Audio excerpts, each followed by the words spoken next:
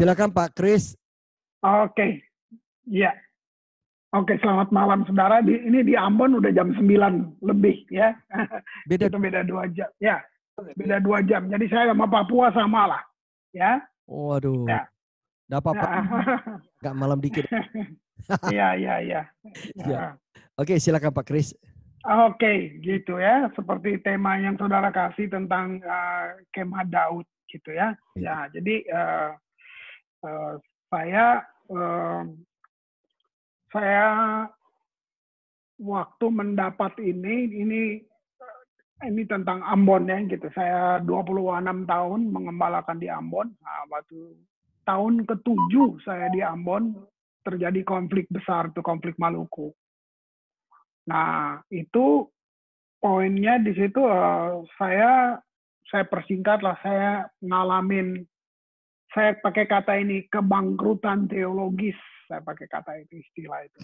Nah, apa artinya kebangkrutan teologis buat saya? Artinya gini, secara doktrin saya masih bisa bilang iya ada Tuhan gitu. Wow, tapi saya ketakutan tiap hari, imanku kayaknya nggak gimana gitu. Halo, apakah suara saya jelas? Oke, bisa? Ya. Nah, jadi karena kami nonton orang mati tiap hari, kita dengar suara bom di mana-mana, kita itu masa yang paling nggak enak gitu.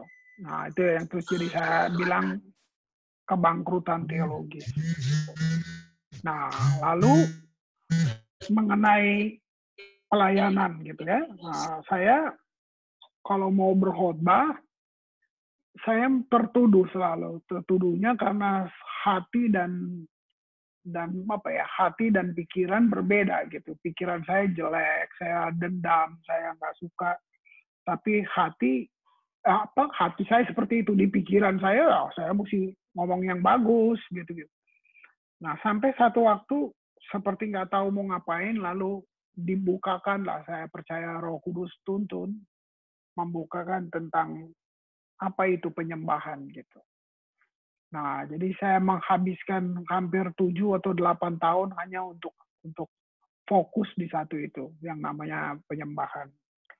Jadi kalau bilang tentang kemah Daud, pemulihan kemah Daud, nah jebakan buat kita, jebakan ini jebakan teologis yang ya, jadi kita bisa baca bukunya, kita bisa semuanya, tapi jebakannya itu kita masih terjebak dengan pola-pola perjanjian lama itu yang bikin kita nggak ngalamin apa-apa.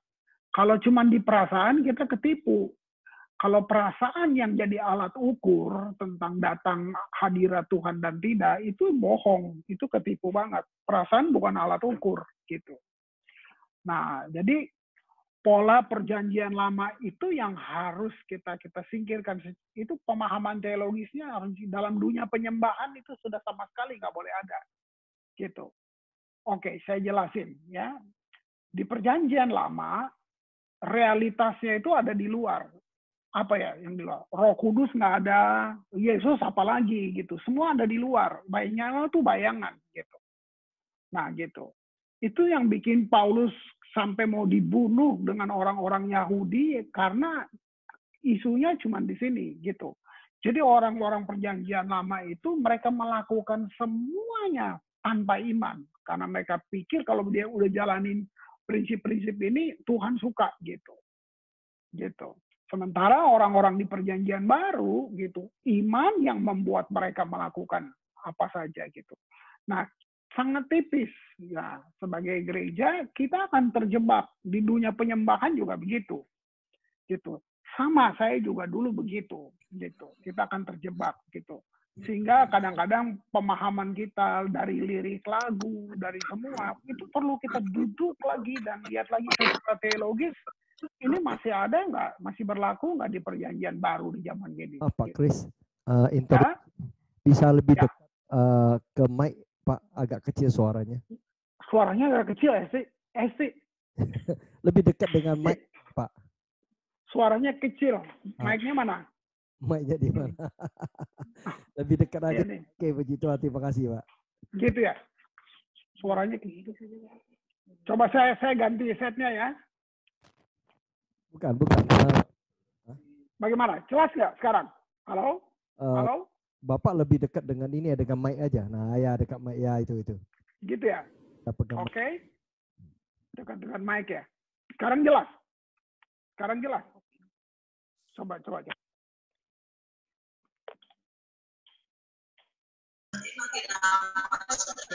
Jelas Pak.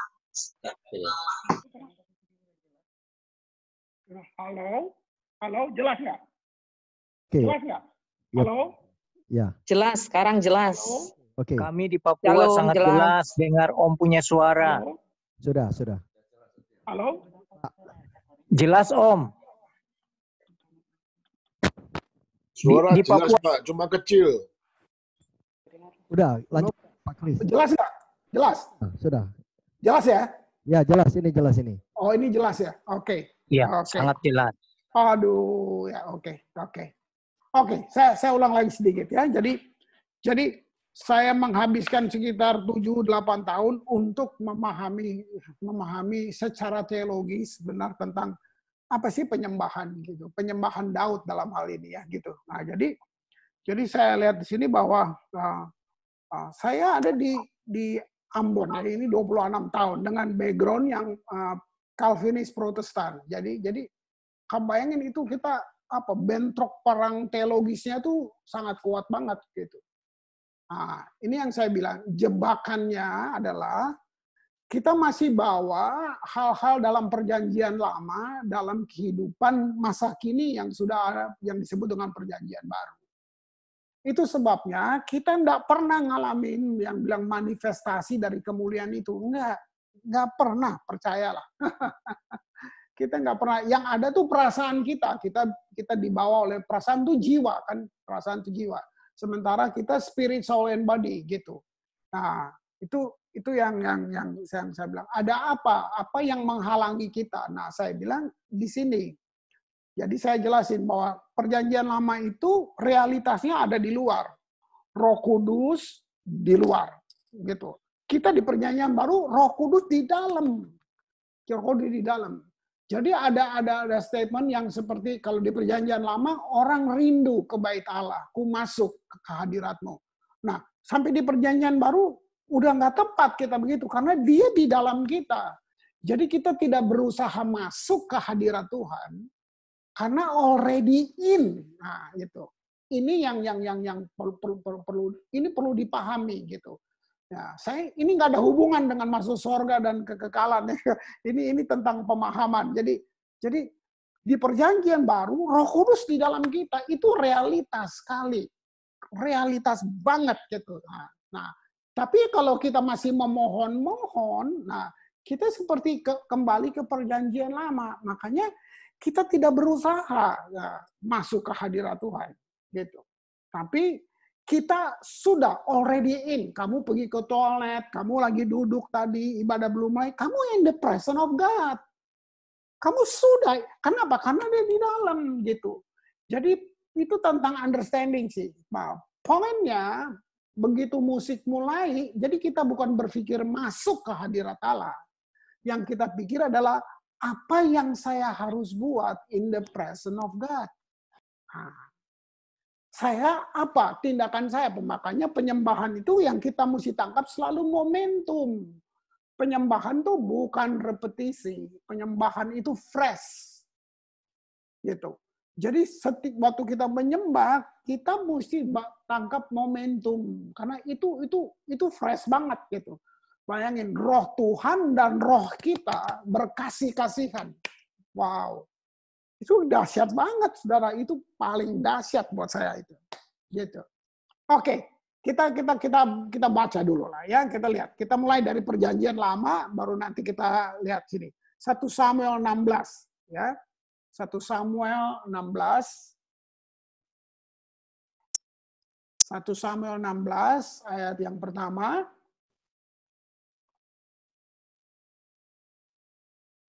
Berfirmanlah Tuhan kepada Samuel, berapa lama lagi engkau berduka karena Saul? Ya. Nah, terus lihat kalimat ini. bukankah ia telah kutolak sebagai raja atas Israel? Nah, isilah tabung tandukmu dengan minyak, pergilah, aku mengutus engkau kepada Isai orang Bethlehem itu, sebab di antara anak-anaknya telah kupilih seorang raja bagiku. Oke, mungkin sudah biasa kita baca ayat ini, tapi saya mau tangkap satu pesan tersembunyi di dalamnya. Ya, itu. Tangkap itu. Nah, gini. Tuhan bilang gini, tangkap ya, ini nih, berapa lama lagi engkau berduka cita karena Saul, bukankah ia telah kutolak? Gitu. Apa pesan untuk kita sebagai gereja di Perjanjian Baru? Nah, yang ya Tuhan mau pesan buat kita, waktu itu untuk saya sih, kalau saya mundur 20 tahun yang lalu, itu untuk saya jadi seperti gini. Kenapa kamu masih pegang metodologi, kamu masih pegang semua format-format yang Tuhan sudah tolak? Itu. Nah, apa sih yang Daud bangun? Nah, tahu nggak waktu itu? Daud nggak dikenal. Kita sekarang kita bisa kenal Daud karena ada Alkitab. Nah, pada zaman itu siapa yang kenal Daud? Hanya Tuhan yang kenal Daud. Makanya dia harus kasih rinciannya ke Samuel. Kamu pergi ke Bethlehem, ke satu orang yang namanya Isai. Nanti anaknya, Tuhan perlu rinci buat dia nih. Begitu detail. Karena nggak ada yang kenal Daud. Gitu. Nah, jadi Daud itu saya melihat bahwa memang ini orang pilihan. Nah, mau lebih dalam lagi saya sebut bahwa dia orang perjanjian lama yang hidup dengan pewahyuan perjanjian baru. Kenapa saya berani bilang itu? Karena semua yang dia buat itu Tuhan pegang sampai di perjanjian baru. Bayangin. Wow. Jadi saya maksudnya cukuplah saya semua buku-buku Daud apa aja saya bedah, saya literatur tentang Daud semua saya cari lah gitu. Nah, jadi ada satu kalau kita benar mau ngerti gereja modern gini, maksudnya kamu memang mesti tinggalkan yang Tuhan sudah tolak gitu. Ini bukan hanya soal spirit, tapi ini tentang metodologi kita, teologi kita tentang worship, tentang doa, mesti kita buang gitu. Itu perjanjian lama. Doa di perjanjian lama itu kita mohon-mohon sama Tuhan gitu loh. Gitu. Seakan-akan ya kita pakai kata stand in the gap gitu. Loh, udah nggak berlaku di perjanjian baru karena Yesus sudah stand in the gap. Makanya doa kita coba lihat dalam berjalannya waktu. Ratusan tahun gereja coba. Di Indonesia masa apa yang berubah coba? Gitu. Dengan doa kita. Kan? Kita masih buat pemetaan rohani, kita masih buat yang nggak ada sama sekali di perjanjian baru. Itu semua perjanjian lama, stand in the gap itu kita berdiri antara Tuhan. Sekarang Tuhan di dalam kita. Jadi yang kita perlu buat adalah mendeklar apa yang sudah Tuhan buat. Itu profetik. Itu keren banget gitu. Gitu yang saya maksud. Ya. Nah, sekarang Mazmur 11. Ini tentang fondasi. Ya, kalau fondasi kita salah, kita mau bangun apapun tidak tepat. Mazmur 11 ayat 3, ya. Apabila dasar-dasar dihancurkan, apakah yang dapat dibuat oleh orang benar? Coba lihat. Fondasinya gitu. Jadi yang kita memang harus berani rubah adalah fondasi kita. Gitu. Fondasi rusak gitu. Nah, ada isu yang fundamental lah kira-kira ya gitu. Bahwa saya pergi ke banyak tempat dan saya bisa menilai. Jadi saya pikir ya sudah, nggak apa-apa, kan hak mereka gitu. Jadi bahwa ada fondasi yang memang rusak dan mereka tidak mau memperbaikinya karena di atasnya masih bagus gitu. Nah, jadi kita nggak mau perbaiki fondasi gitu. Bagaimana konkretnya? Misalnya, penyembahan tuh begini-begini. Nah, mereka akan melawan saya. Gini aja orang datang banyak tuh, lihat kebaktian gua penuh. Nah sudah selesai. Ya, saya juga nggak perlu argumen gitu. Buat apa gitu kan? Gitu. Jadi kalau kebutuhan adalah fondasimu, kamu siap kamu akan kecewa. Gitu. Karena kebutuhan bukan fondasi. Gitu. Itu yang saya bilang. Kenapa orang susah dibangun? Karena fondasinya nggak betul. Gitu. Nggak pernah begitu. Gitu. Karena udah puas dengan gini gitu. Nah, alat ukur seringnya jadi perasaan gitu. Kehadiran Tuhan, alat ukurnya perasaan. Mau tadi Tuhan hadir gitu loh. Maksud saya gini, coba pikir baik-baik ya gitu.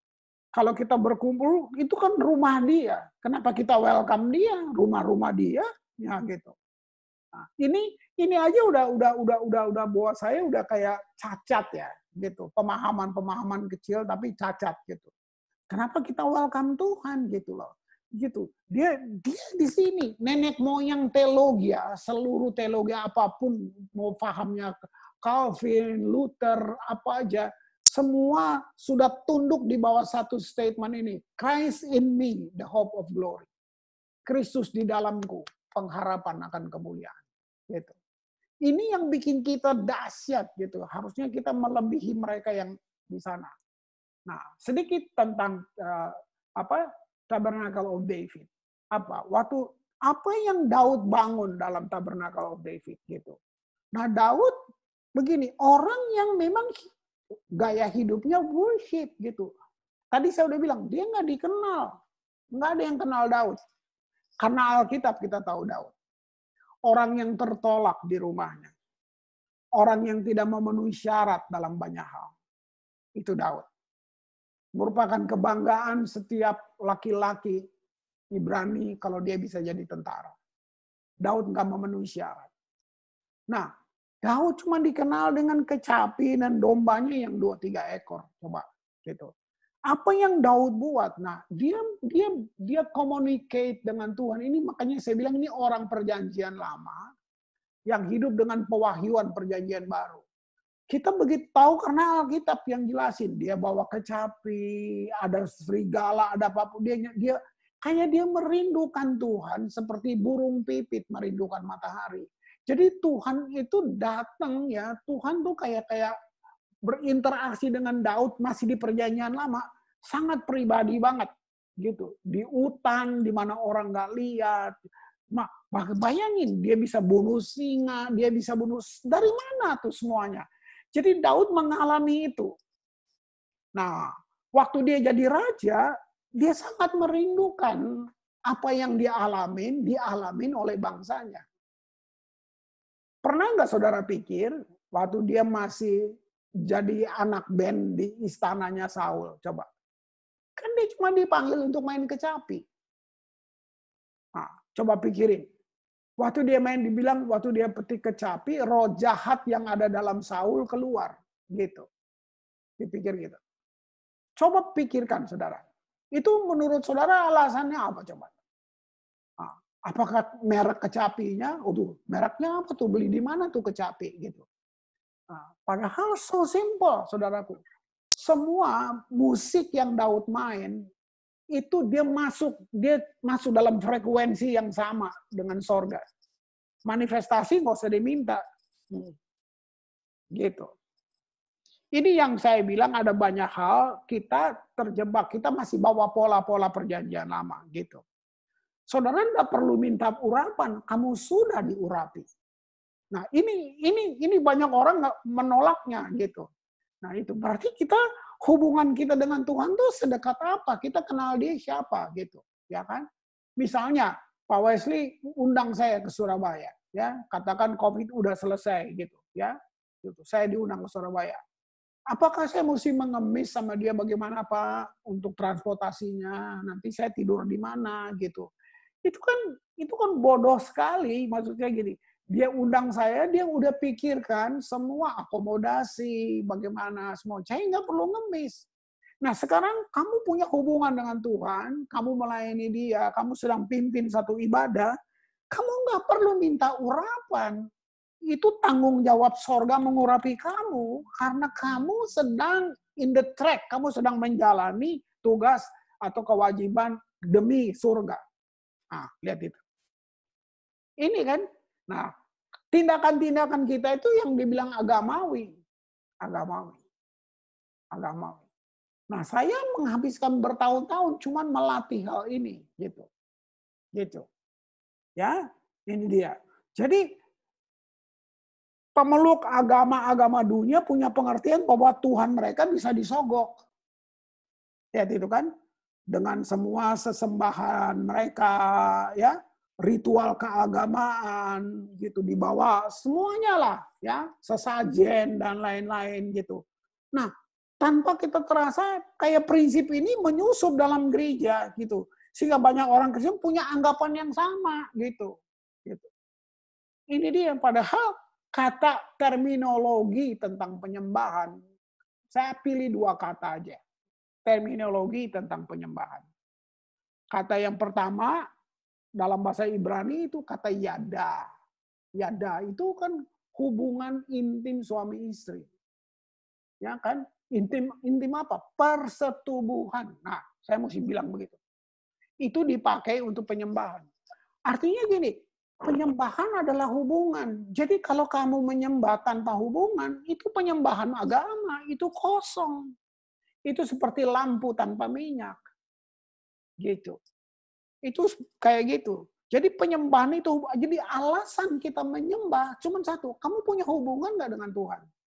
Nah, kesalahan banyak gereja begitu. Jadi jemaat tidak dibukakan, tidak dibuka yang benar gitu. Nah, sehingga kalau orang mau pergi ibadah tuh dari rumah dia udah setting hatinya, saya datang untuk memberi. Gitu.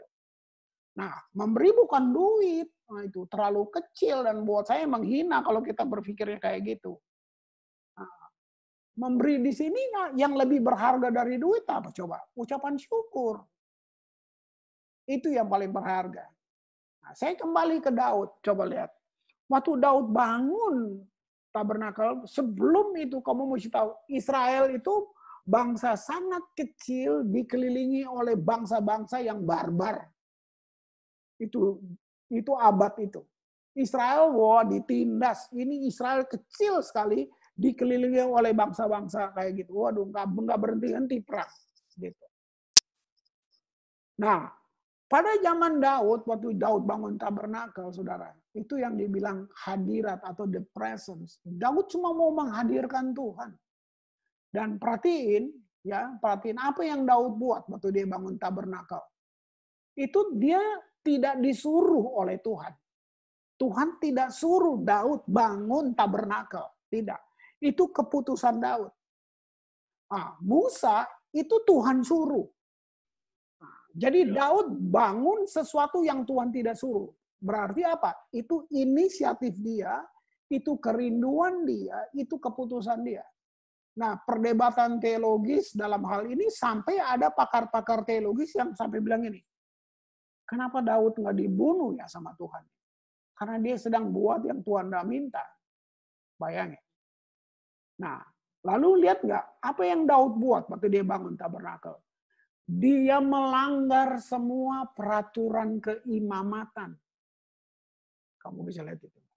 Dia langgar semua peraturan keimamatan. Bayangin.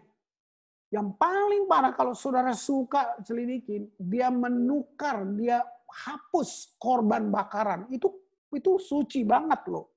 Korban penghapus dosa, bayangin. Itu kudus banget. Daud hapus, Daud ganti korban bakaran dengan sacrifice of praise. Lihat itu. Makanya tadi saya sudah kasih pengantar di depan. Ini orang perjanjian lama yang hidup dengan revelation atau pewahyuan perjanjian baru. Kamu bisa lihat itu. Wow. Bayangin satu kemah sederhana kayak kemah pramuka yang ditaruh cuma tabut perjanjian, yang lain dia nggak butuh. Jadi di zaman Daud ada 2 tabernakel. Tabernakel Musa masih ada, ya, ritualnya masih jalan, dan tabernakel David. Bayangin. Lihat itu. Nah, lalu apakah Daud dulu punya pengetahuan? Saya nggak tahu. Saya udah riset begitu. Nah, yang dia punya adalah experience, pengalaman dengan Tuhan. Gitu. Dia bukan seorang ahli teologis gitu, tapi dia punya kehidupan dengan Tuhan sampai kamu bisa nggak mikir, gitu, pikirin baik-baik. Kasarnya waktu Yesus tuh belum datang loh. Jadi waktu Allah Bapa melihat bagaimana Daud punya kehidupan dengan hubungannya dengan Tuhan seperti itu, dia merindukan Tuhan seperti burung pipit merindukan matahari. Bayangin. Kira-kira tuh sampai Bapa di sorga tuh lihat Daud, dia cuma bilang gini, Daud, nanti kalau anak saya datang ke bumi ya, marganya pakai kamu punya anak Daud. Bayangin. Itu. Mungkin saya berlebih-lebihan, tapi itu yang saya bisa bilang buat saudara. Hanya ada 3 orang di Alkitab, 3 pribadi yang dapat sertifikat berkenan kepada Allah. Satu di Perjanjian Baru yaitu Yesus.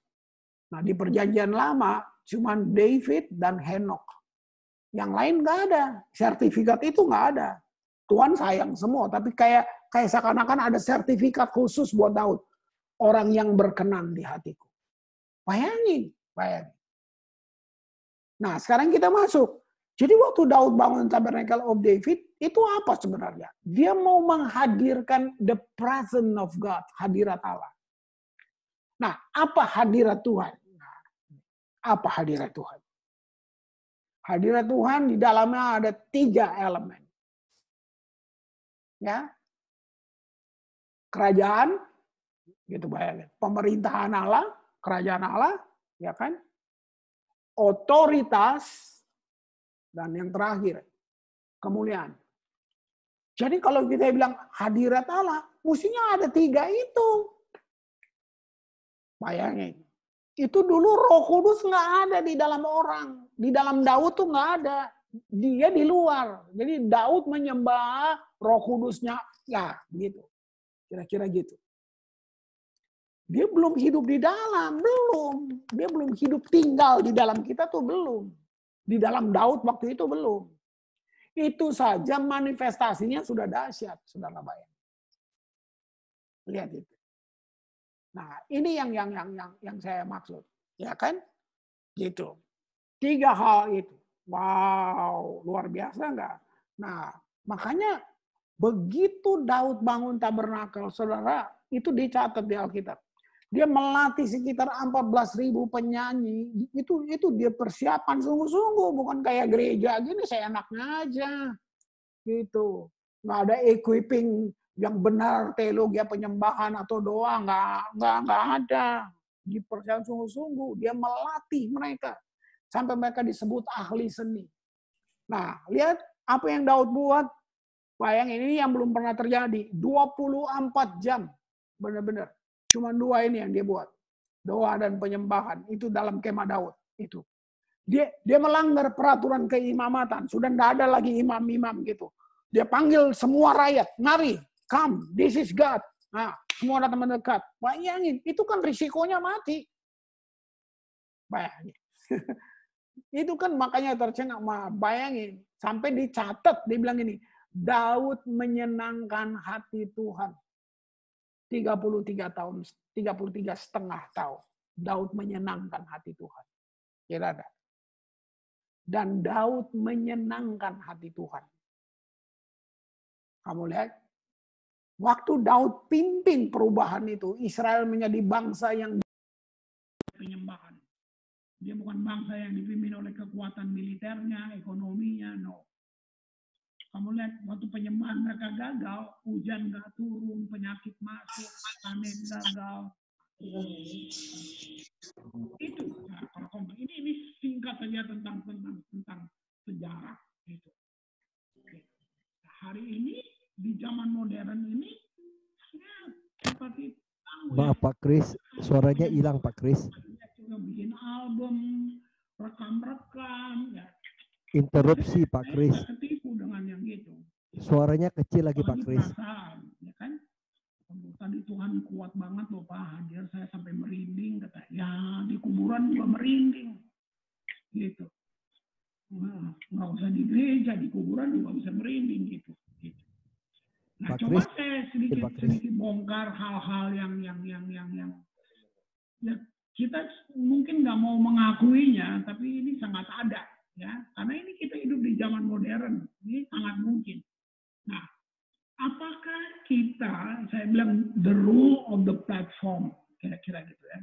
Nah, apakah kita ini sedang bangun panggung atau kita sedang bangun mesbah? Nah, itu uji sendiri, nanti diskus sendiri, ya. Diskusi aja, diskusi kelompok. Kita sedang bangun panggung atau kita bangun mesbah. Panggung, tempat orang menuntut, itu panggung. Tapi mesbah, tempat orang meletakkan dirinya, hidupnya. Ini bedanya, nggak ada tuntutan. Panggung, buat kita menghirup pujian, tepuk tangan. Kita yang hirup. Kita bilang Tuhan, enggak, kita yang hirup. Mesbah, sunyi dari penghargaan. Pikirin baik-baik. Panggung, satu kebanggaan. Mesbah, ekspresi sadar diri, tahu diri. Itu dia. Gitu. Panggung buat kita merasa penting. Mesbah membuat kita gemetar. Gemetar bukan karena takut setan gitu, saudara. Gitu ya. Gemetar, sadar. Siapa saya? Itu luar biasa. Mesbah seperti itu. Oke? Jadi itu tentang panggung dan mesbah. Ya. Panggung itu tempatnya para bintang beraksi. Pak Kris, suaranya kecil Pak Kris. Dan itu bau kedagingan, walaupun kamu tutup dengan parfum yang paling mahal. Nah. Oke, bentar ya. Ya Pak Kris, suaranya jadi kecil. Ya, oke. Keras bisa Pak Kris? Panggung seperti itu. Mesbah itu, oke, halo, sudah tahu? Bisa? Kurang keras. Mesbah tempat kita taruh hidup kita sebagai korban, gitu, ya, seperti daging yang dipotong, yang ditaruh dengan air mata, itu. Jadi kalau saya boleh bilang, jangan menghina air mata orang yang menyembah. Karena air mata orang yang menyembah, dia nggak jatuh di lantai. Dia ditampung dalam kirbatnya Allah. Gitu.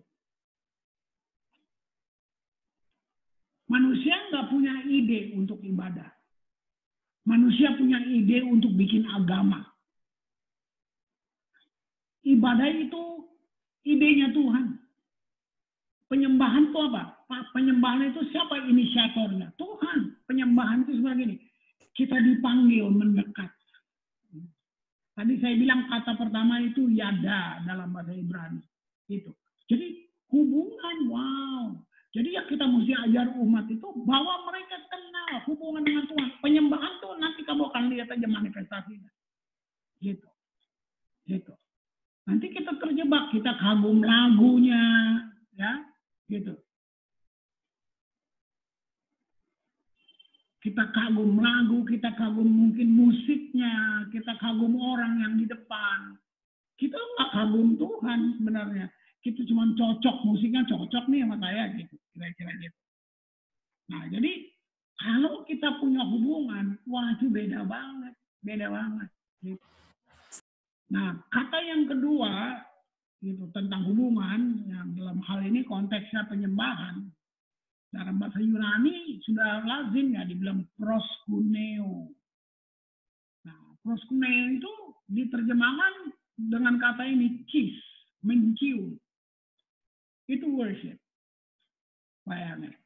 Nah, coba apa alasan kalau kamu dicium atau kamu mencium seseorang kalau kita ketemu? Apa alasannya? Jarak atau hubungan? Hubungan kan yang bikin kita begitu? Coba. Nggak mungkin kita habis ibadah terus Bapak Gembala bilang, mari saudara nanti semua turun ke bawah, tolong cium sapam di depan ya gitu. Nggak ada yang mau lah. Gitu. Ya. Jadi maksud saya, coba lihat, ini yang mesti dibangun itu cuma itu. Bagaimana kita terconnect dengan Tuhan. Jadi ubah fokus kita, coba ubah fokus kita. 1 Samuel 16 ayat 13. 1 Samuel 16 ayat 13. Ya. Samuel, 1 Samuel mengambil tabung tanduk yang berisi minyak itu. Nah, itu. Nah, saudara lihat seluruh masa depan ada di minyak itu. Nanti waktu lain lah kita jelasin minyak apa ya. Lalu mengurapi Daud di tengah saudara-saudaranya. Saya suka kalimat ini. Sejak hari itu dan seterusnya. Wow, lihat. Berkuasalah roh Tuhan atas Daud. Wih. Waduh. Nah, gitu. Ya, gitu. Nah, sekarang saya masuk di sini. Ini ekspresi ya, gitu. Ekspresi, ya, gitu. Luar biasa. Satu kedekatan kita dalam penyembahan itu. Kalau penyembahan yang terpaksa itu gimana ya? Menyembah tanpa hubungan itu penyembahan terpaksa itu buat saya. Gitu. Jadi ini sebenarnya tanggung jawab top leaders di dalam gereja dimanapun kayak gitu. Gitu. Ya, oke.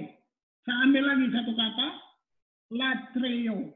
Nah, itu kata ini dalam penyembahan itu kata yang dipakai. Latreo itu diterjemahkan sebagai penghargaan tertinggi atau hadiah. Hadiah latreo. Jadi gini, jalan masuk ke hadirat Tuhan bukan penyembahan. Bukan. Jalan masuk ke hadirat Tuhan itu the blood of Jesus. Darah Yesus. Penyembahan adalah hadiah yang kamu bawa kepada Raja. Nah, saya mau ajak saudara berpikir lebih kritis. Kamu mau kasih hadiah buat kekasih kamu. Pitanya aja udah lu pikirin beberapa hari tuh. Nah, bayangin. Nah, di sini rusak satu penyembahan yang saya boleh bilang. Dalam penyembahan, worship leaders too much talking, ngomong banyak banget. Itu dia copy dari mana? Dia tiru semua penyembah-penyembah yang lain yang udah bikin album yang terkenal, semua kayak gitu. Semua kayak gitu. Gitu. Bahkan seorang worship leader bukan motivator. Gitu. Makanya saya bilang, itu hadiah. Itu hadiah. Kamu nggak bisa suruh orang menyembah. Nggak boleh. Nggak boleh. Penyembahan nggak boleh disuruh. Gitu. Itu keputusan. Gitu. Makanya saya nggak mungkin ngatur kalian. Saya nggak mungkin. Kalian minta saya buka sesuatu yang saya hidupi di Ambon. Jadi saya ngomong mundur 15-20 tahun lalu ya. Itu saya duduk dengan saya punya tim itu saya nggak ubah jemaat saya. Saya bangun tim saya cuma ngomong, kasih pengajaran tentang worship, tentang prinsip-prinsipnya. Sampai saya bilang gini, kalau satu jemaat ini nggak nyanyi, mereka nggak menyanyi, saya bilang buat worship leader saya, kamu nggak salah. Yang saya nggak mau, ya, yang saya nggak mau adalah kamu suruh orang menyanyi. Nah, ingat tadi saya bilang, penyembahan itu yada, hubungan intim. Proskuneo, mencium, itu kan intimacy. Nah, bayangin, masa saya suruh saudara, ayo dong cium istrimu, ayo dong peluk suamimu. Jadi kamu buat karena saya suruh. Lihat itu. Makanya penyembahan itu fresh. Itu yang Tuhan nikmati waktu kita datang. Kita semua, dia wow, itu gila banget. Heboh banget. Tapi kita udah kayak mesin, ayo mari berdiri, mari semua bilang yeah, bilang amin, bilang wow. Itu dia. Kita worship itu MC, itu bukan worship leader. Itu MC. MC itu pimpin acara, bukan pimpin penyembahan. Itu dia. Nah, ini saya pengen saudara ngerti ini, ya, gitu. Nah, terus satu lagi, sebomai, kata itu mendekat dalam kekaguman. Ini semua ekspresi, atau kata ini awesome village, gitu. Artinya itu apa? Kedewasaan. Jadi nggak penyembahan tuh, wow, nggak sederhana begitu, saudara, ya, gitu. Nah, kalau enggak kita jadi kayak tepuk tangan disuruh, berdiri disuruh, bilang amin disuruh, apa semuanya disuruh. Sepanjang tahun tuh kayak gitu. Itu sekolah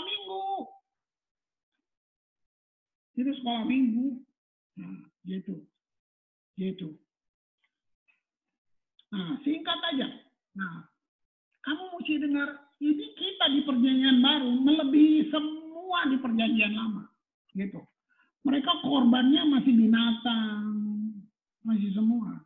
Kita sacrifice of praise, korban kita penyembahan. Nah, tapi penyembahan yang mana? Penyembahan dari hubungan kamu itu yang jadi korban. Gitu. Nah, lihat ya, saya bilang, malaikat suaranya lebih bagus, lebih merdu dari kamu semua, dari siapapun, dari Celine Dion pun dia kalah sama malaikat yang paling jelek, masih lebih bagus dia daripada Celine Dion. Gitu. Nah, tapi dengar, waktu penyembahan dari bumi naik ke Tuhan, itu malaikat seperti tidak layak untuk ikut menyembah dengan kamu. Kenapa? Kalau kamu tanya gitu. Nah, ada satu perbedaan gitu. Malaikat cuma makhluk kudus. Mereka cuma makhluk kudus. Kamu anak, sahabat, kekasih, bayangin. Itu semua nggak ada buat malaikat. Malaikat tidak segambar dengan Tuhan. Kamu segambar dengan Tuhan. Malaikat tidak boleh memanggil Tuhan Bapa. Kamu panggil dia Bapa. Lihat ya. Nah, jadi waktu penyembahan kita naik, padahal mereka makhluk kudus, kita orang berdosa di bumi. Gitu.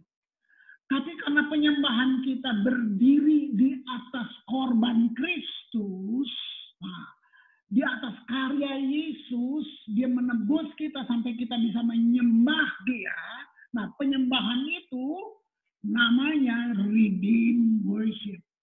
Itu yang nggak dialami oleh malaikat. Makanya bukan dilarang atau gimana, tapi mereka seperti tidak layak menyanyi dengan kita. Karena mereka tidak ditebus. Mereka tuh kalau salah buang. Gitu. Kamu salah, Bapa turun mencari kamu. Lihat ya. Kisah Rasul 15. Mari kita lihat. Ya, gitu. Kisah Rasul 15. Ya, ayat 16 dan 17. Nah, ini bayangin, ini peristiwa Daud perjanjian lama diulang di Kisah Para Rasul. Kalau mau lihat, ini isi hati Tuhan. Kisah Rasul 15. Ayat 16 dan 17. Ya, mari kita lihat. Kemudian aku akan kembali dan membangun kembali pondok Daud yang telah roboh, dan reruntuhan akan kubangun dan akan kuteguhkan. Tetap dulu, diamin aja, saya jelasin. Coba saudara pikir baik-baik. Ini nggak ngomong Tuhan ya, akunya Tuhan ya. Tuhan bilang, aku akan kembali dan membangun kembali pondok Daud yang telah roboh. Artinya ini, si pondok Daud ini udah nggak ada. Tapi Tuhan bilang ini, saya mau datang lagi, saya mau bangun gini. Pertanyaannya gini, apakah surga sudah tidak punya ide lagi yang baru? Dia mesti pakai yang Daud punya, yang udah dari perjanjian lama itu. Nah, sekarang gini, alasannya apa? Nah, itu yang saya jelasin dari depan tadi. Kamu bisa lihat, Daud punya keintiman yang gila banget sama Tuhan. Daud buat yang Tuhan nggak bisa buat. Apa? Tuhan nggak bisa buat apa? Tuhan nggak bisa menyembah dirinya. Dia bisa bikin langit, bumi, segala alam semesta, tapi dia nggak bisa menyembah diri. Jadi waktu kita menyembah, kita sedang membangun atau memberi apa yang Tuhan nggak bisa buat. Nah, ini ini kalau gereja mau ngerti, ini sebenarnya peta masa depannya gereja ini di sini. Bangun Pondok Daud tuh mesti lihat, mesti benar-benar memahami benar. Nah, ayat 17 itu cuma akibat kalau Pondok Daud dibangun. Ayat 17, supaya semua orang lain mencari Tuhan. Itu akibat. Itu cuma akibat. Nggak usah diusahakan, itu akibat. Lihat, segala bangsa yang tidak mengenal Allah, bayangin, itu akan datang. Wow. Dua ayat lagi, selesai baru saya buka ruang untuk kita boleh bertanya ya, gitu. Nah, coba lihat. Jadi gereja masa depan, gereja masa depan tuh gereja yang siap untuk menjadi tabut perjanjian di tengah-tengah gejolak, di tengah-tengah segala kesulitan. Itu gereja yang siap gitu. Di tengah masa sukar, gereja mesti siap. Gitu.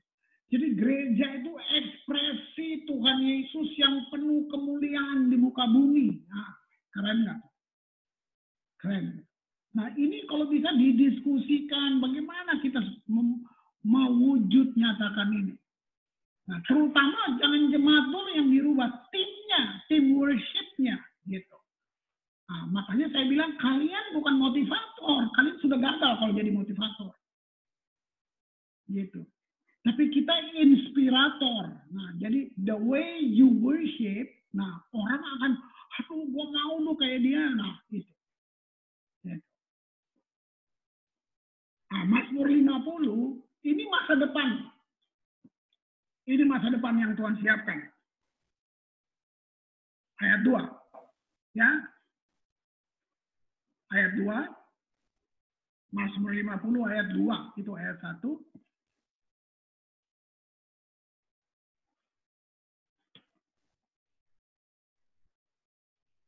Ayat kedua. Mazmur 50 ayat kedua. Ya. Lihat apa yang Tuhan bilang. Mazmur 50 ayat yang kedua. Ya. Dari Sion puncak keindahan. Nah, apa tuh Sion? Di situ tabernakel Daud dibangun. Nah, itu. Dari Sion puncak keindahan. Nah, jadi masa depan kita ada di masa itu nanti. Dari Sion puncak keindahan. Gitu. Allah tampil bersinar. Kalau saudara bisa dapat terjemahan King James atau bahasa Inggrisnya itu keren banget. Out of Zion, the perfection of beauty. Lihat itu. Jadi gereja itu masa depannya itu akan ada di satu kecantikan yang sempurna. Itu gereja. Kenapa? Kita mempelai Tuhan. Perfection of beauty. Gitu. Nah, ini ayat terakhir, Mazmur 34 ayat 9. Ini terjemahan The Message. Kalau di bahasa Indonesia nggak ada. Ya. Mazmur 34 ayat yang 9.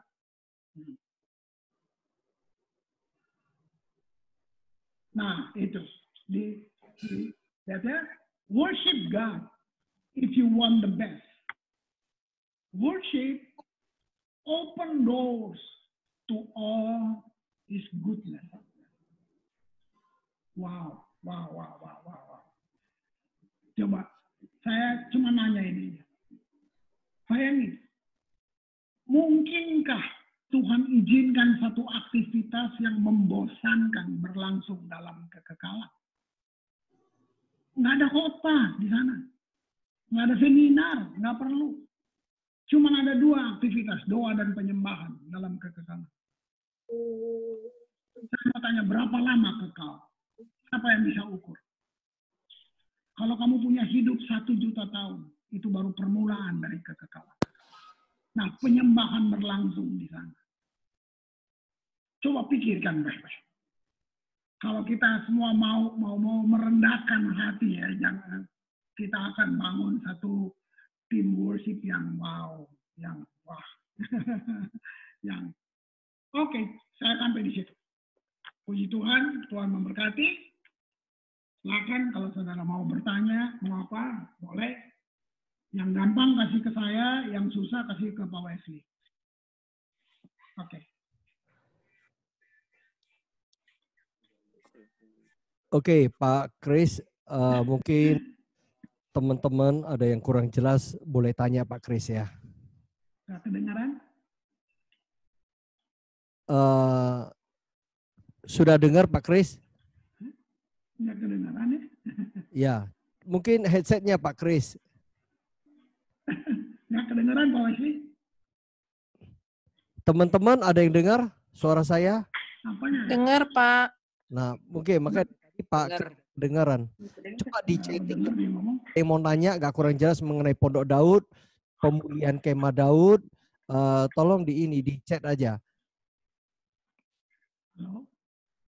Pak Kris bisa dengar? Iya, nggak ada suaranya Pak. Tuh. Suara Bapak nggak ada. Nggak ada suaranya Bapak. Coba headset deh Bapak, headset. Nggak ada suaranya Bapak. Kedengaran jelas, Pak. Iya.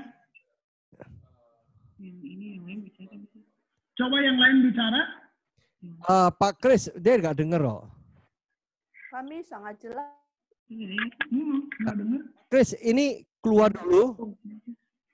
Ganti headset aja, ganti headset. Tapi dia nggak dengar. Iya. Jadi dengar, Pak. Pak Kris bisa Iya, di sini stabil sih. Tapi nggak dengar. live dulu, masuk lagi Pak. Pak Kris, live dulu, live dulu. Dengar dari sini ini bisa nggak? Bukan saja saya bisa Pak, ini masalah di speakernya sih. Iya, apanya ya? Nggak kedengeran loh.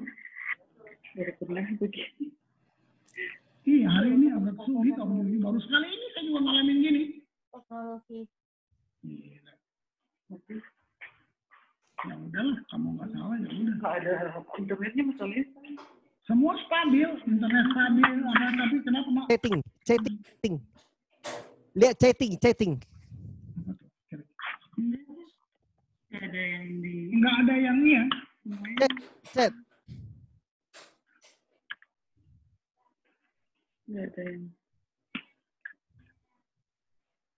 Udah. Pakai manual harusnya. Udah pakai manual pun nggak bisa.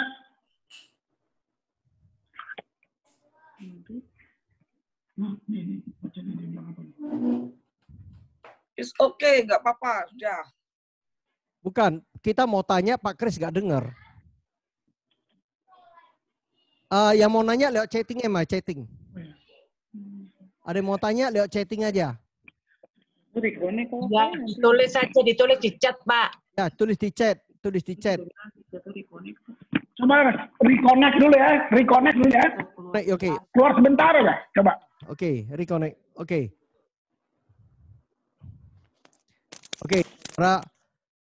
Sementara dia reconnect, saya pengumuman aja ya. Sebentar buat saudara ya. Nah, jadi sampai Pak Kris, kamu lihat Pak Kris masuk lagi. Kita minggu depan sangat diberkati oleh seorang pembicara dari Stephen Agustinus. Jadwal beliau itu sangat padat, pengajaran beliau sangat bagus. Saya kira saudara-saudara bisa bagi berkat ini ke teman-teman. Beliau ini minggu depan akan melayani kita. Oke? Jadi jangan sampai ketinggalan. Udah masuk lagi Pak Kris. Jadi minggu depan kita akan diberkati oleh Pak Pastor Steve. Mungkin saudara-saudara ada yang kenal ya. Jadi beliau ini pengajarannya bagus sekali. Nah, saya juga terima kasih. Kita sampai tunggu Pak Kris masuk lagi. Nah, ini Pak Kris masuk lagi. Saudara yang sudah memberikan persembahan, saya terima kasih sekali untuk menunjang berjalannya Zoom ini. Oke, kita kembali lagi ke Pak Kris. Halo? Ya. Sudah dengar Pak Kris? Ya. Oke. Aduh, saya reconnect lagi tuh. Aduh, saya kasih salah ayat ya? Salah ya kasihnya ya? Ya, salah ya. Gak apa-apa. Mazmur 50 ayat 1, tidak ada masalah. Tapi udah jelas kok Pak Kris. Oke, teman-teman ada yang mau tanya mengenai Pondok Daud? Saya boleh tanya dulu ya Pak Kris ya? Boleh Pak. Ya. Kris sampaikan bahwa seorang pemimpin worship leader Ya. itu harus sebagai inspirator ya. Ya. Mengajak. bukan mengajak orang menyembah, menyanyi. Iya, iya. Nah, Inspirator. Nah, iya. sampaikan ke teman saya Pak Sentosa. Saya bilang, kita ajak nyanyi aja masih bungkem, apalagi gak diajak nyanyi. Iya sih.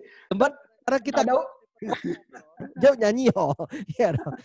Memang idealnya kan mereka kalau harus punya persiapkan hati, datang ibadah, mempersembahkan, ya kan?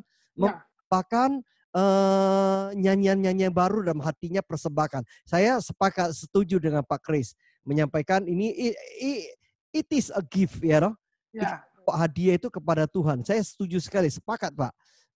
Tapi yang kedua, kalau kita as a inspirator, ya oke lah. I agree with you ya. Ya no. Kalau kita tidak mengajak mereka, ayo saudara kita menyembah Tuhan, ya no. Itu masih belum bisa gitu. Ini kadang-kadang kan levelnya jemaat itu kan macam-macam Pak ya. Bagaimana Pak? Enaknya bagaimana Pak? Ya. Saya Pak, saya mesti tega Pak. Saya tidak seketika jadi bagus Pak. Waktu saya buat ini, saya sudah jamin saya punya worship leader. Kalau satu gereja nggak nyanyi, kamu nggak salah. Jadi benar nggak enak Pak.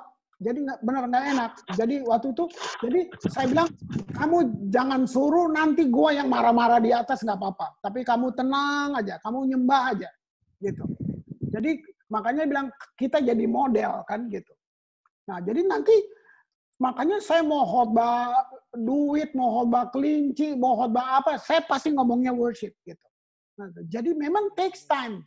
Kalau Bapak mau rubah komunitas ini, memang nggak bisa kayak tekan tombol Pak gitu. Tapi timnya mengerti dulu, tim ini mengerti tentang ini. Nah, coba nggak enak, aduh mereka nggak nyanyi, nggak apa-apa Pak, nggak apa-apa gitu. Nah, kita nggak bisa dalam seketika. Tapi Bapak mesti ngomong, ajarin. Gitu. Kenapa kita menyembah? Ya sudah, nah gitu. Nah, jadi selalu bilang, bosenin Pak. Makanya saya bilang 8 tahun tuh kayak gitu tuh Pak. Saya cuma bilang gitu. Kamu tahu nggak, lebih dari duit kamu, lebih dari semua, kamu tahu menyembah Tuhan. Nah, jadi itu saya yang ngomong, bukan WL-nya yang ngomong. Gitu. Bukan WL-nya, bukan timnya. Ya. Jadi memang Pak waktu bikin gitu nggak enak karena belum lihat hasilnya, nggak lihat hasilnya, gitu. Dan nggak ada satu frame untuk waktunya berapa lama, enggak. Ya bisa aja sebulan udah jadi, bisa. Jadi memang Bapak yang mesti ngomong untuk jemaat gitu. Kenapa? Kita nggak mau suruh-suruh. Bisa nggak saudara berdiri sendiri, ya?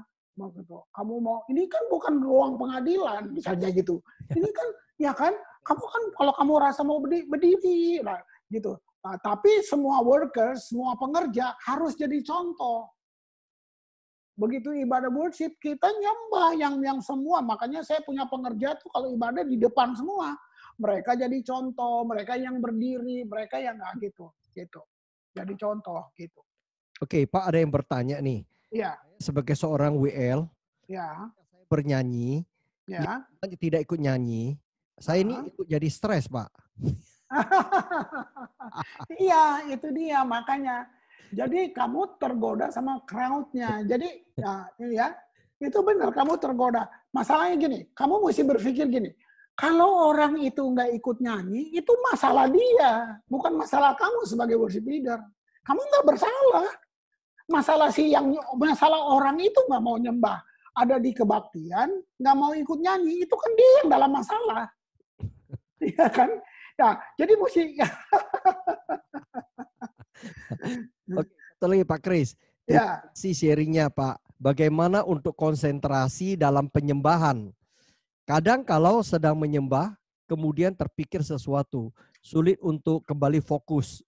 Kadang fokus hanya bisa 30 menit, ingin lebih lama lagi fokus. Bagaimana Pak caranya? Saya pikir kan Allah bisa karena biasa. Jadi buat saya Pak, persiapan jauh lebih penting daripada hari Minggu. Itu saya bertahun-tahun bangun itu. Dengan tim saya mempersiapkan tuh penting. Karena tadi saya bilang kita mau latreo, kan kita mau bawa hadiah buat Tuhan. Jadi mempersiapkan itu penting. Kalau latihan tuh, waduh itu Pak, nggak ada bermazmur tanggung-tanggung, nggak ada gitu. Jadi bikin salah gitu. Tapi persiapan tuh penting. Sampai saya bilang gini, siapa tahu besok lu nggak lihat matahari lagi. Nah, jadi kalau besok kan ada jemaat, orang banyak. Sekarang nggak ada orang. Cuman kita sama teman tim mempersiapkan diri untuk hari Minggu. Sungguh-sungguh aja di situ. Tuhan lihat itu. Nah, nanti kalau hari Minggu dia salah, saya nggak mau marah. Saya nggak marah. Sebab saya udah lihat dia persiapannya benar-benar gitu. Dia bisa salah. Nah, ini yang mesti ngerti. Nanti kamu salah nyanyi, salah chord, urapan nggak tinggalin dulu. Enggak bakalan kayak gitu. Itu urapan nggak pergi-pergi tinggi kayak gitu, karena ini kan tentang hati kamu. Kamu bisa aja salah, lupa lagunya, itu nggak apa-apa. Urapan nggak pergi gara-gara lu lupa gitu. Yes. Iya. Loh, tadi Bapak tanya, Pan coba bayangin, lu sendiri nggak ada full team di situ, bayangin. Gua menikmati di sini, coba. Aku menikmati di Ambon. Nah, coba lihat. Nyanyi sendiri. Iya, kan? Ya, oke. Shalom Pak. Shalom Bapak. Saya sudah lama merasakan kekeringan dalam penyembahan. Agar kita bisa kembali merasakan penyembahan yang benar-benar dari hati, yang tulus. Kadang saya menyembah, pikiran saya terbawa kepada pola Musa yang harus membereskan segala sesuatu masuk dalam penyembahan. Tapi itu seperti dipaksa, Pak. Iya, itu dia. Itu yang saya bilang tadi, pola perjanjian lama gitu. Sebenarnya kalau kita lahir baru, roh kita sudah sempurna. Ini tentang pemahaman yang bikin kamu terganggu. Ini tentang teologi kamu. Ini tentang teologi kamu yang bikin kamu, kalau kamu tahu Christ in me, perasaan nggak bisa ganggu saya. Mau dia rasa kering, rasa apa, saya nggak mau diganggu dengan perasaan gitu. Perasaan nggak ngatur saya, ya gitu. Oke, ada lagi nanya ini. Sejauh mana peranan pemimpin pujian atau WL kepada jemaat, Pak? Sejauh apa ya? Jadi gini, dalam sementara worship yang dia mesti baca itu momentum. Makanya kalau dia ngomong kebanyakan, dia kehilangan momentum. Iya, dia tergoda mau lihat crowd-nya ya. Jadi dia menyembah, dia mesti karena Roh Kudus Tuhan tuh bayangin, Tuhan berinteraksi dengan setiap individu. Jadi momentum, tiba-tiba Tuhan kasih memori, dia muncul, dia ingat satu refrain, dia ingat apa. Nah, itu yang keren. Yeah. Itu makanya fresh, tiba-tiba. Makanya kenapa pelayanan ini bilang prophetic. Ini profetik, kita profetik tuh, jangan main-main. Gitu, karena kamu lagi itu kan kamu terbuka, kita masuk, kita satu frekuensi dengan surga. Itu Tuhan mau bilang sesuatu, isi hatinya dia, wah itu keren banget. Jadi itu keren banget. Maksudnya peranannya apa, Pak? Ditanya itu peranan seorang worship leader itu apa? Ya, jemaat? Makanya dia mesti profetik. Jadi dia baca momentum. Nah, waktu baca momentum. Misalnya lagi nyanyi How Great, lagi nyanyi ya. Jadi dia baca momentum. Oh, Tuhan mau buat ini. Itu Tuhan, dia akan ngerti, nggak mungkin teka-teki. Nggak mungkin teka-teki, nggak mungkin. Nah, waktu dia dapat momentum itu, tiba-tiba dia pindah lagu. Wah, itu atmosfer bisa peng. Itu. Ya, hadirannya drop. Iya. Pak, satu lagi Pak ya. Iya. Seorang WL. Ya. Pilih lagu. Ya. Nah, saya sering menemukan Pak, seorang pilih lagu dengan akal budinya. Oh ya. Seseorang WL, dia flow. Di Timusi tanya dia lagu apa? Dia bilang, saya flow saja. Flow saja, tapi ya memang dia flow. Roh Kudus mau apa lagu dia masuk. Dia flow. Dia tidak akan siapin lagu buat ini. Nah, menurut Bapak itu masing-masing ada plus minusnya. Nah, buat khususnya untuk penata layanan untuk ibadah umum raya. Pada umumnya lihat WL itu pasti persiapkan lagu. 3 lagu habis ini seperti liturgi mereka siapkan, habis ini masuk ini. Setelah itu alat musik, pemain musik berlatihan, choir latihan, semua latihan. Kadang-kadang 5 kali ibadah lagunya yang sama juga Pak semuanya. Nah itu satu, itu pasti ada kelemahannya. Dan ya tidak hidup lah ya Pak ya. Dan ada yang WL-nya bilang, ya kamu ikuti saya aja. Nanti saya kasih kamu kunci, ikutin, saya akan ganti kunci, saya kasih ini. Menurut Bapak bagaimana? Bagaimana Pak? Ibadah Pak, pemimpin ibadah bukan Ya. doang. Iya. Makanya saya bilang persiapan lebih penting. Masalahnya waktu kamu persiapin lagu, kamu komunikasi dengan Tuhan atau kamu pakai perasaan kamu, selera kamu, pilihan lagunya. Iya dong. Tim saya itu hari Senin mereka sudah dengan Tuhan, sudah in the present. Hari Kamis tuh mereka udah tahu Tuhan mau apa hari Minggu. Jadi sampai kalau kadang-kadang kayak kemarin, saya mau khotbah tentang fokus gitu. Tim worship saya udah dapat. Kita dapat yang sama Pak. Tuhan minta kita fokus kayak gitu. Nah, jadi dia pilih lagu berdasarkan apa ya? Kan tadi saya bilang hadiah, ya kan? Coba kamu ngobrol sama Tuhan dari hari Senin deh, lu worship leader, lu ngobrol Tuhan, gue mau mimpin nih hari Minggu. Kamu suka apa sih Tuhan? Nah, itu kenapa kamu nggak berani ngomong gitu? Kenapa kamu ngomongnya formal? Lu pikir Tuhan orang Solo, mesti baca puisi dulu. Kenapa? Lu bisa ngomong Chinese, lu bisa ngomong Jawa, bisa ngomong semua sama Tuhan. Lu sambil nyetir. Kan ini. Nah, jadi waktu kamu dapat itu, kamu dapat gambar biru. Nah, blueprintnya kamu dapat bisa hari Rabu, Kamis. Sehingga kamu tuh, oh gue mau nyanyi lagu 1, 2, 3. Kenapa? Itu kamu dapat dari situ. Bukan selera kamu. Ih, sekarang lagi musimnya ini loh. Kita ambil, iya. Itu yang saya bilang, makanya kering. Iya, oke. Oke, lagi Pak. Ini keren ini pertanyaannya. Ini Pak Kris mau tanya, bila saat kita menyembah dalam bahan, saat saya tugas di depan sebagai WL, dan sudah bisa merasakan hadirat Tuhan, masuk dalam hadirat Tuhan. Tapi karena sudah jamnya atau waktunya untuk masuk firman. Jadi penyembahan tiba-tiba berhenti karena Bapak Gembala akan sampaikan firman. Dan saya seperti merasakan agak kecewa karena baru enak-enaknya menikmati hadirat Tuhan. Menurut Bapak bagaimana? Ya buat saya nggak salah lah. Nah, kamu udah bisa melawan buat saya gitu. Saya kecewa ya Pak ya? Iya, nggak usah kecewa dong. Nah, yang mestinya Tuhan yang kecewa, jangan kamu. Gitu. Ya, gitu. Ya. Nah, saya dulu gitu. Saya WL takut lihat saya cepat. Gue mau khotbah gitu. Nah, Tuhan tegur gue sendiri. Jadi kamu tenang. Kalau kamu diem aja, kamu nggak perlu kecewa. Tuhan bisa tegur gitu. Gitu. Nah, makanya saya bilang, mestinya kamu sedemikian rupa, kamu dengan Tuhan, intimasinya, tim, semua ya.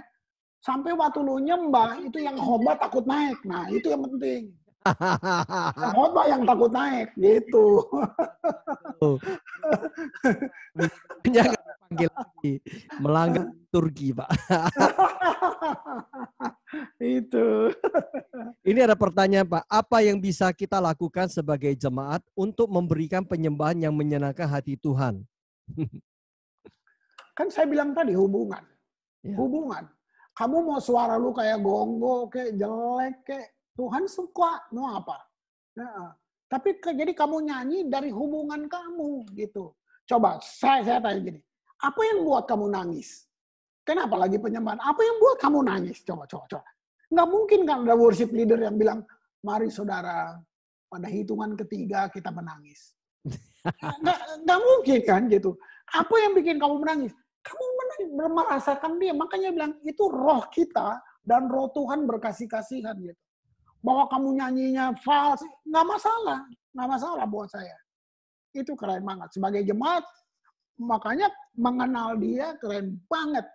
Kamu pergi ibadah hari Minggu, itu wah keren banget. Melebihi persembahan yang lu taruh di kantong kolektor.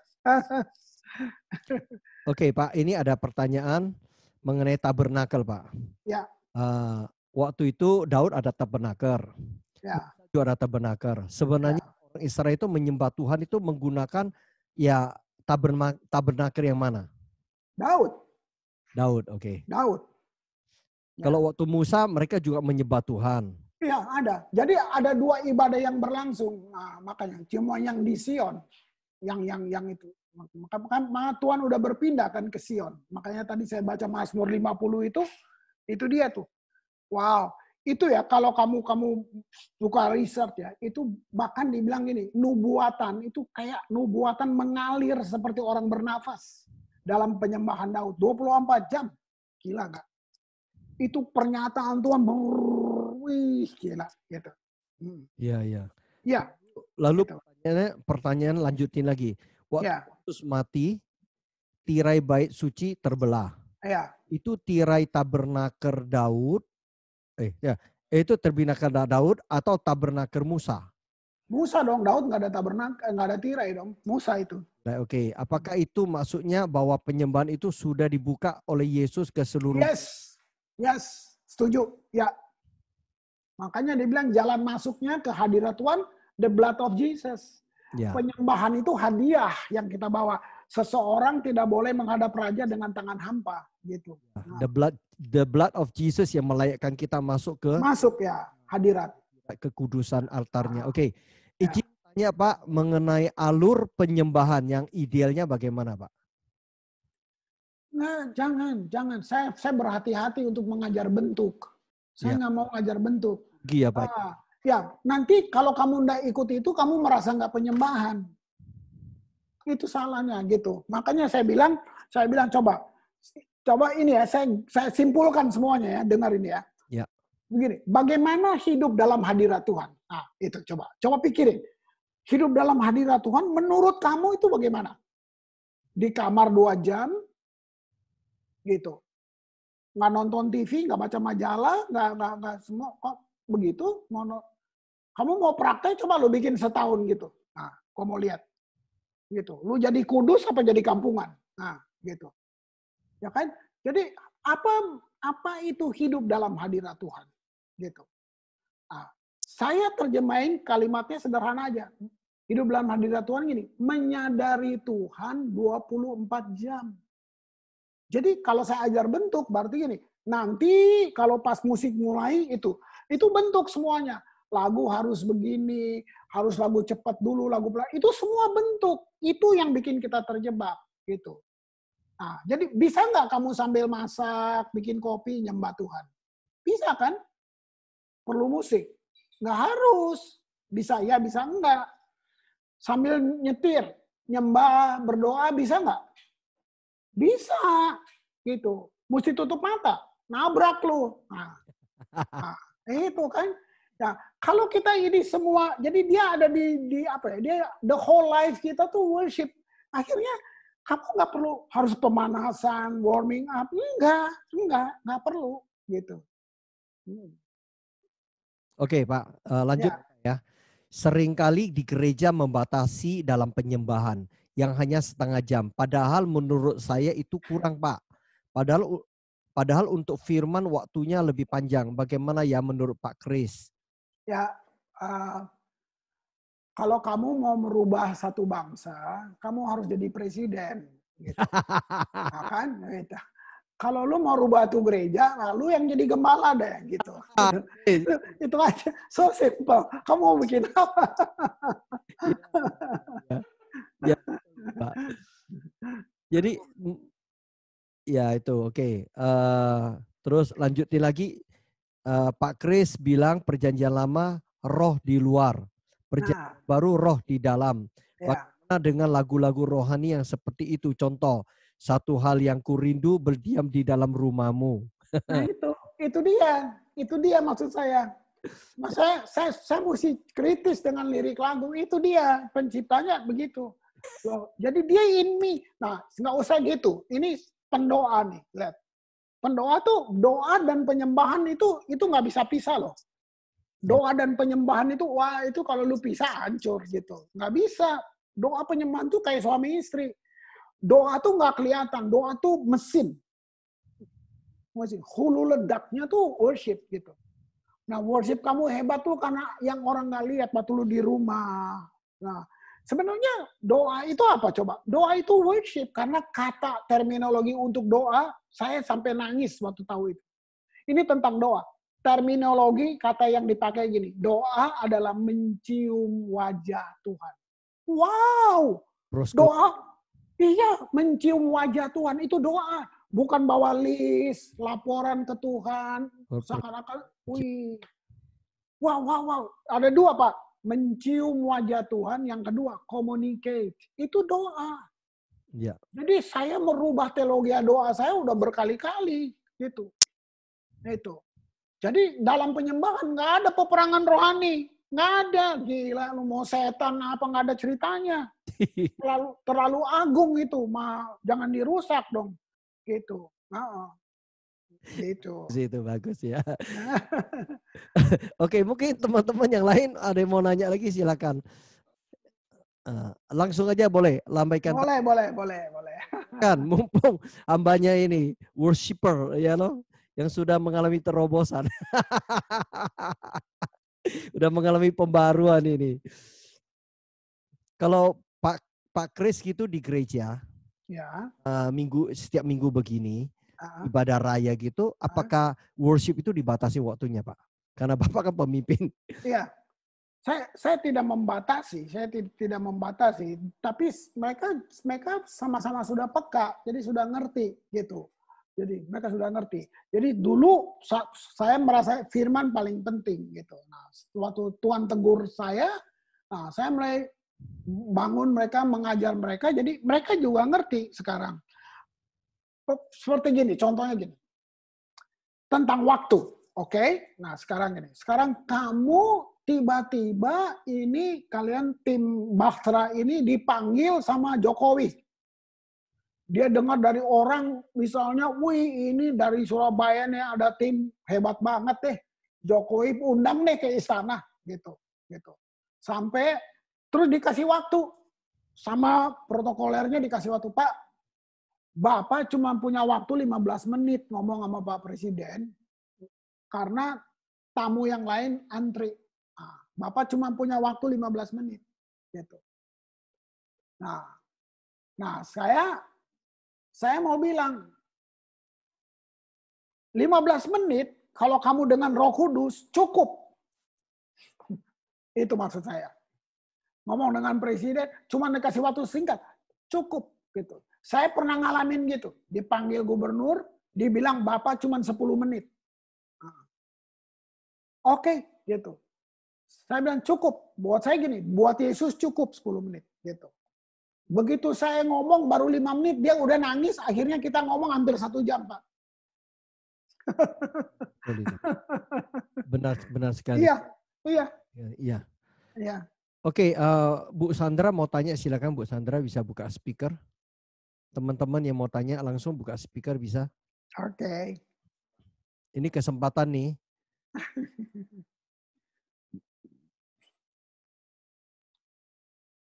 Pak, kalau mengenai Pondok Daud ya, pemulihan, ya, punya pengertian Pak, mungkin menurut Bapak bagaimana? Itu menurut saya itu ada, namanya kan di Pondok Daud maupun ini kan sebuah keintiman yang utamanya ya. Iya, betul. Keintiman ini kita seperti punya kekasih, kita memuji, kita menyembah, memuji dia, memujikan dia dengan lagu-lagu baru Pak ya, lagu-lagu baru. Jadi keintiman itu berbicara dengan tabutnya Tuhan ya di kemah ya. Ada sebuah tabut keintiman, rasa menghormati dia. Saya kira itu yang ini. Nah, tentang kalau orang yang tidak bisa memuji menyembah Tuhan, mereka memulai bagaimana, Pak? Mereka itu kurang fasih untuk nyanyi, kurang fasih. Itu makanya nggak ada urusan karena itu hati. Itu tentang hati, keintiman tuh hati gitu.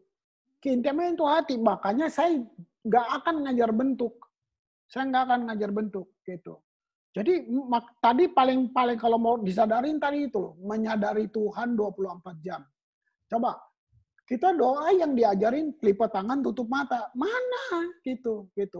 Nah, padahal kamu duduk merenung itu pray. Ya benar. Kamu itu jadi gimana sih? Dia tuh begitu dekat sampai saya punya beberapa leaders kalau doa panggil Tuhan gini, love you. Nah, panggil Tuhan gitu. Nah, itu dia minta hujan loh. Waktu itu nggak ada hujan.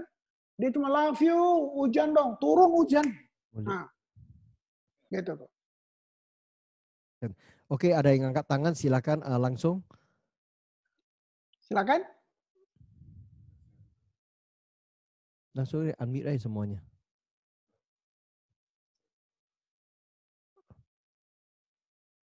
Oke, Silakan.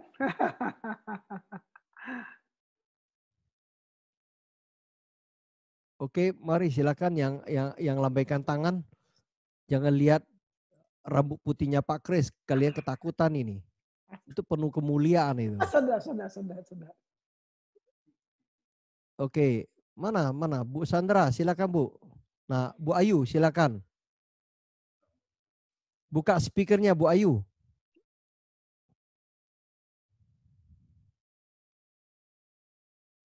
Ayo Bu Ayu.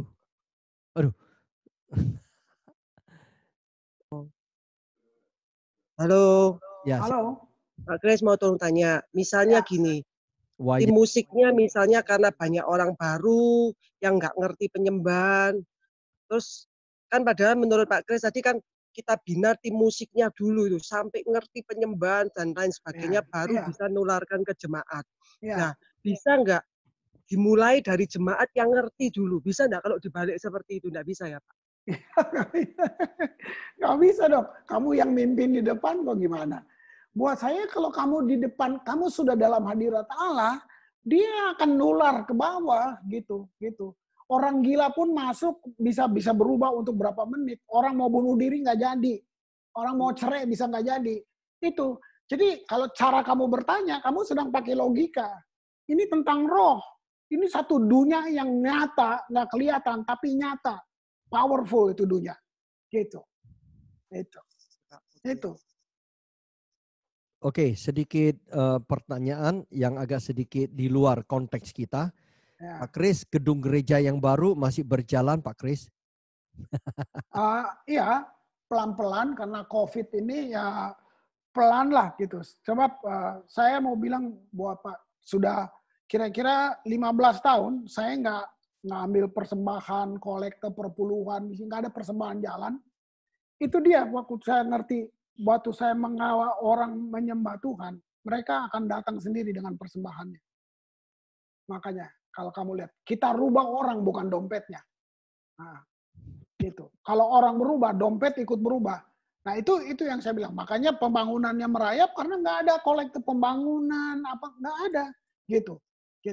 Nah, tapi waktu kita bangun penyembahan, saudara lihat, wow, lihat 5 bulan ini nggak ada gereja loh, nggak ada kebaktian.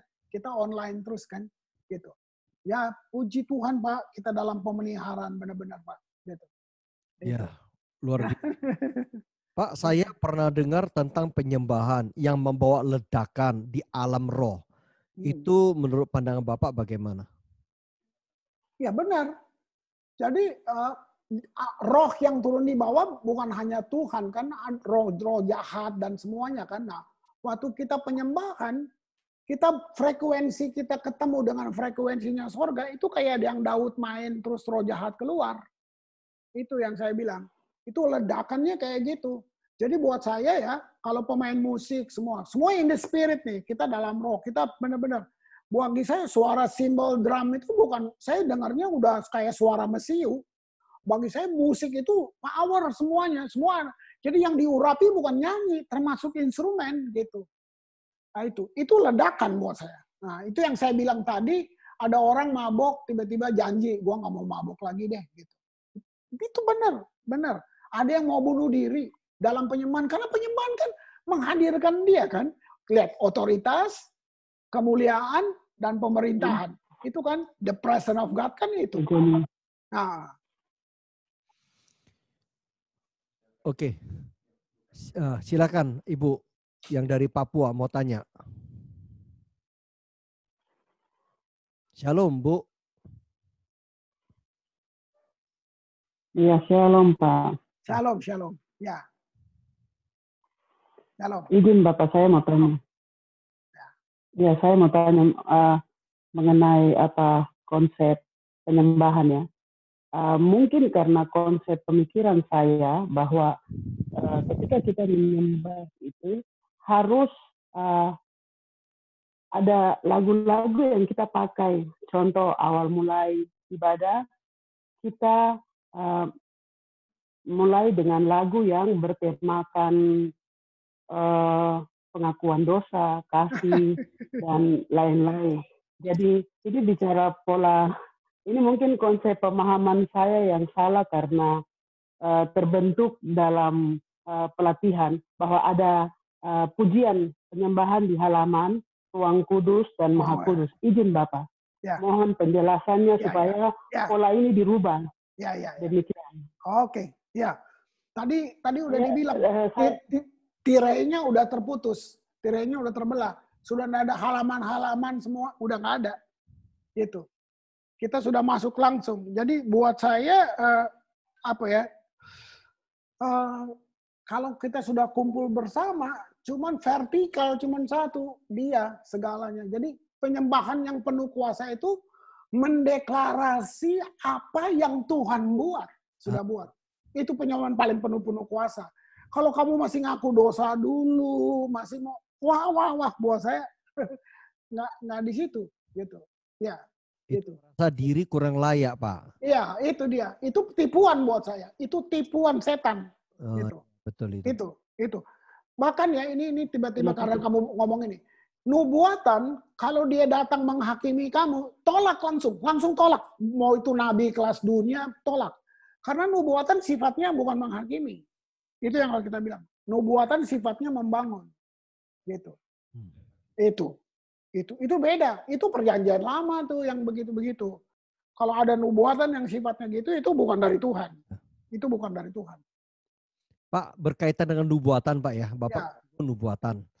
Kita lihat banyak sekarang ini ada tren kalau orang yang punya karunia nabi gitu, setiap kali ibadah itu penuh, Pak. Penuh sesak. Semua minta didoain, Pak. Dan apa yang kita dengar itu adalah nubuatannya baik-baik, Pak. Semuanya baik-baik semua. Jadi sebenarnya seorang nabi bagaimana, Pak ya? Kalau seorang nabi, dia akan menyampaikan apa yang menjadi pesannya Tuhan. Betul ya, Pak ya? Jadi pesan Tuhan itu kadang bisa menegur juga, Pak. Ada yang benar. Tapi membangun, Pak. Tapi membangun. Bukan menghakimi. Tapi membangun. Ya, betul, membangun ya. Nah, tapi itu dia. Oke. Baik. Jadi, tapi nabi memang harus diuji. Nabi harus diuji. Gitu. Ya. Jadi, kalau dia single fighter, kita mesti lihat siapa, coveringnya, payungnya siapa, kita mesti tahu. Ya. Tudungnya sih, oke. Ya. Oke, ini Pak Kris, apa bisa diceritakan bagaimana Pak Kris dulu membentuk tim penyembah? Karena zaman sekarang kan banyak gereja yang memberi PK untuk tim penyembahan mereka. Padahal seperti yang Pak Kris katakan sebelumnya, yang pertama harus dibentuk adalah tim penyembah. Ini terlebih dahulu. Terima kasih, Pak. Oke, ya. Jadi saya buka kelas. Lalu judul pelajarannya cuma satu tema. Itu sepakat di pintu gerbang. Saya bikin judulnya gitu. Jadi saya mengajak mereka, saya mengajar banyak, tapi tema besarnya itu sepakat di pintu gerbang. Artinya gini, saya pengen gabung ya gitu. Saya pengen bangun sama Pak Wesley, saya mau ke rumahnya Wesley gitu. Nah, saya mesti sepakat dari pintu gerbang gitu. Iya. Sepakat dari pintu gerbang bahwa ini rumahnya Wesley itu kayak gini. Di dalamnya tuh begini tatanannya. Nilai-nilai yang Wesley mau bangun tuh ini. Jadi saya sepakat dengan Wesley dari depan. Jangan saya sudah masuk di dalam rumahnya baru bilang, rumah lu gua nggak suka lo Wes, kau dapurnya gini loh. Lu cari rumah lain deh gitu. Nah, ini yang saya ngajar. Jadi saya nggak akan benci kamu, tapi kamu nggak bisa kerja sama dengan saya. Jadi dari depan gitu. Oke, mau gabung di tim ini, sepakat ya. Ini nilai yang saya mau bangun. Penyembahan seperti ini yang saya mau bangun. Jadi lu nggak bisa bawa pengalaman lu di gereja-gereja yang lain ke sini. Nggak. Saya mau kayak gini. Kalau nggak bisa, kita yang nggak bisa kerja sama. Nggak mungkin. Nggak apa-apa, Kak. Saya nggak mungkin benci kamu. Tapi kita nggak bisa kerja sama. Makanya saya bikin sepakat di pintu gerbang. Itu habisnya gitu. Sampai bagaimana bermazmur. Tapi waktu mereka sudah, itu saya equip. Saya invest. Saya nggak main-main. Saya invest buat saya punya. Karena kita udah sepakat. Apa? Guru mengajar vokal, guru musik, sampai semuanya. Saya nggak tanggung-tanggung. Sebab saya harus lengkapin mereka. Gitu. Jadi sebenarnya kata kuncinya ada di top leaders, di Bapak Gembalanya. Gitu. Gitu. Wah, puji Tuhan. Maksudnya gini loh, Pak. Ya. Gereja-gereja pakai WL bayaran lah, tanda kutip Itu bayaran. Jadi datang ngisi, habis selesai dia pulang sudah. itu dia. Musik juga PK. Jadi menurut pertanyaan ini, bagaimana Pak ini untuk ini membangun tim penyembah gitu? Itu dari gembala ya, gembala sidang Iya. punya Semua gembala itu semua di dia, Ya. makanya top leadersnya. Oke, tanya lagi Pak. Ini agak menyimpang menurut saya dari konteks ini ya, penyembahan. Pak Kris, kalau Musa, Daud, dan semua tokoh iman di Alkitab saat ini apakah sudah berada di kerajaan surga? Pada waktu kita menyembah Tuhan, apakah mereka berada di kerajaan surga juga bersama Tuhan Yesus? Ini saya baca di Ibrani 12 ayat 22 sampai 24. Apakah saya salah mengartikan jemaat anak sulung, roh-roh orang benar? Tunggu saya cari dulu Ibrani 12. Ibrani 12 ayat 22 sampai 24. Ya, jadi pertanyaan tadi, apakah mereka sudah di surga semua gitu loh? Apakah itu mereka itu anak-anak sulung, roh-roh orang benar ini? Ya. Tentang surga saya punya pemahaman bahwa semua belum, karena mereka pun masih menunggu kita. Mereka disempurnakan oleh kita. Bahwa mereka ada di satu tempat, itu iya. Ada di satu tempat. Tapi yang baru di sorga sebagai manusia baru Yesus. Yang duduk di sebelah kanan Bapa. Yesuslah manusia yang berdiri. Jadi dia representasi kita. Itu hebat banget gitu. Tapi semua rasul, para orang-orang kudus perjanjian lama, semua ada di satu tempat. Mungkin itu yang dibilang Firdaus atau apa. Tapi mereka menunggu kita karena kita bilang mereka disempurnakan karena kita.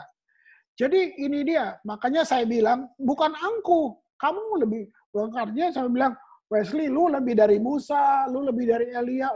Loh, kenapa? Yang bilang Alkitab, bukan gua gitu. Iya. Maksudnya ini ya, saya kasih gambaran. Kamu kagum misalnya Elia. Sebut aja, nanti kalau kita di sorga, kita ngobrol nih sama Daud, sama Elia. Wah, kita selfie deh kan gitu. Nah, ayo, tuh Om Daud cerita dong gimana rasanya tuh lu peti kecapi sampai roh jahat. Bagaimana rasanya kamu bunuh Goliat, kita ketemu Elia ceritain. Kok kamu turunin api dari langit tuh rasanya kayak apa gitu. Kita kagum kan. Kamu tahu enggak, mereka juga akan tanya sama kita. Tolong cerita, bagaimana rasanya Roh Kudus diam di dalam kamu. Mereka nggak punya, bro. Wow, kamu bisa lihat nggak itu? Itu. Ya. Bayangin. Oke. Ini pertanyaan, nubuatan itu juga bisa menegur dosa ya Pak. Memberikan harapan. Contoh, seorang pezina disuruh berhenti karena Tuhan mau pakai dia. Iya. Begitu juga ya Pak? Iya. Ini yang saya bilang gini loh. Yang saya mau bilang, karunia itu bukan prestasi. Karunia itu is a gift. Masalahnya, kita tidak dewasa memanifestasikan karunia. Tuhan memang menegur, tapi Tuhan menegur tuh beda sama kamu yang tegur. Nah, kamu nanti baca ini apa karya Roh Kudus? Nubuatan kan Roh Kudus, ya, menginsafkan dunia akan dosa.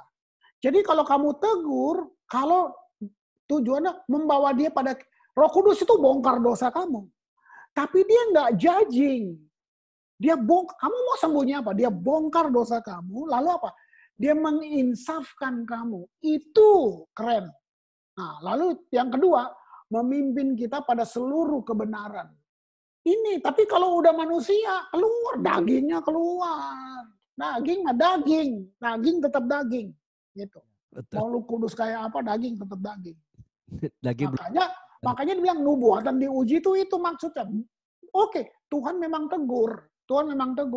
Tapi kalau Tuhan sendiri yang tegur, dia nangis, dia tambah sayang Tuhan. Tapi begiliran nabinya yang tegur, dia nggak balik lagi ke gereja.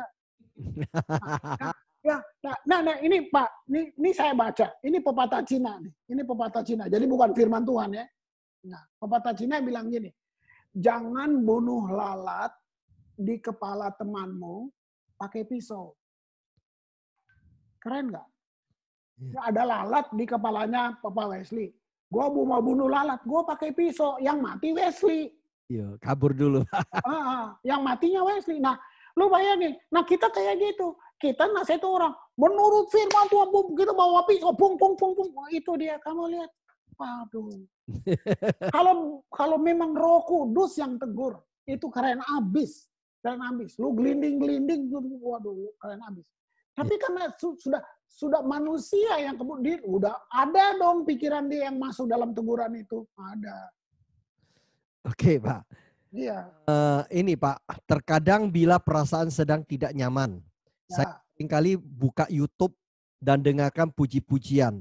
Yang saya ingin tahu, apakah bila kita membunyikan lagu puji-pujian di rumah bisa mengubah atmosfer dalam rumah dan sekitarnya? Terima kasih.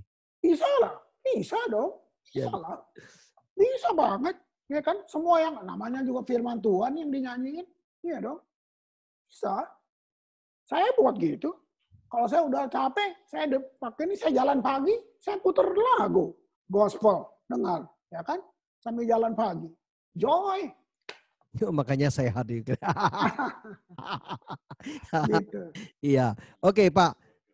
Saya sering mendengar dalam penyembahan ada beberapa orang yang berkarunia yang dapat penglihatan bahwa orang-orang kudus, Musa, Elia, Elisa, Daud dan lain sebagainya datang dalam penyembahan itu. Bagaimana menurut Bapak?